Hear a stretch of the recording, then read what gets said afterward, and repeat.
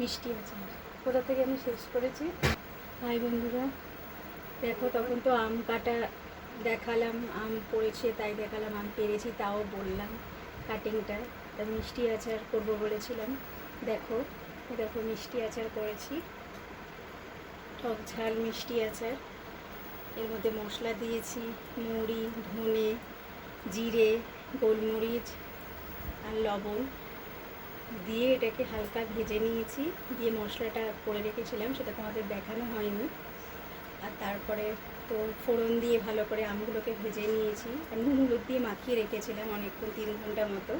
পাখার হাওয়াতে শুকিয়েছি যেহেতু রোদ ছিল না। আর তারপরে খানিকক্ষণ বাদে অনেকক্ষণ শুকানো হয়ে যাওয়ার পরে তারপরে রাত্রির করে করেছি, রাত্রির হয়ে গেছে।